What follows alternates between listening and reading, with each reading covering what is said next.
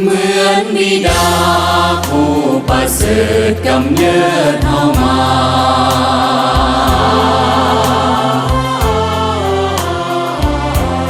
เหมือนมารดาทุ่มกายาให้กายอบอุ่น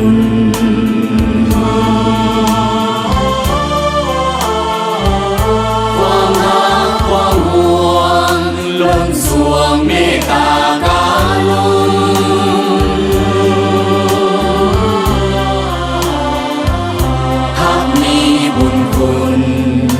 ยิ่งใหญ่เหลือนักขณา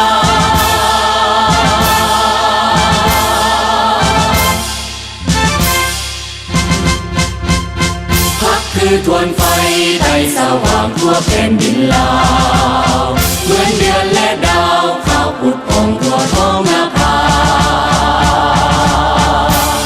สุ่มเด่นเหมือนดังสายน้ำสวยงามป่าไม้ภูผามีพักนำพาป่าสาพ้นทุกสุขใจหาเกิดพักป่าสาสนปฏิวัติเราผู้เก่งกล้าอาถรรพ์สานใสนำพาศาสตร์ลาวก้าวไปสู่จุดหมายเข้มแข็งหั่งมีย้อนมีพักศาสตร์ลาวได้มีวันนี้ขอจดจำคุณงามความดีจงรักภักดีเทิดทูนพัก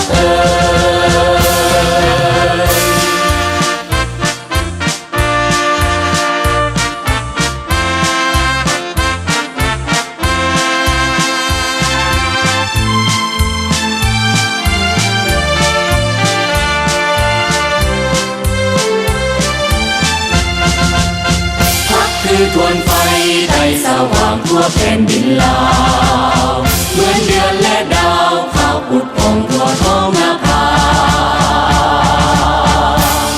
สุ่มเด่นเหมือนดังสายน้ำสวยงามป่าไม้ภูผามีพักนำพาป่าสาพ้นทุกสุขใจหาเกิดพักป่าสาสนปฏิวัติเราผู้เก่งกล้าอาถรรพ์สานใสนำพาศาสตร์ลาวก้าวไปสู่จุดหมายเข้มแข็งหั่งมี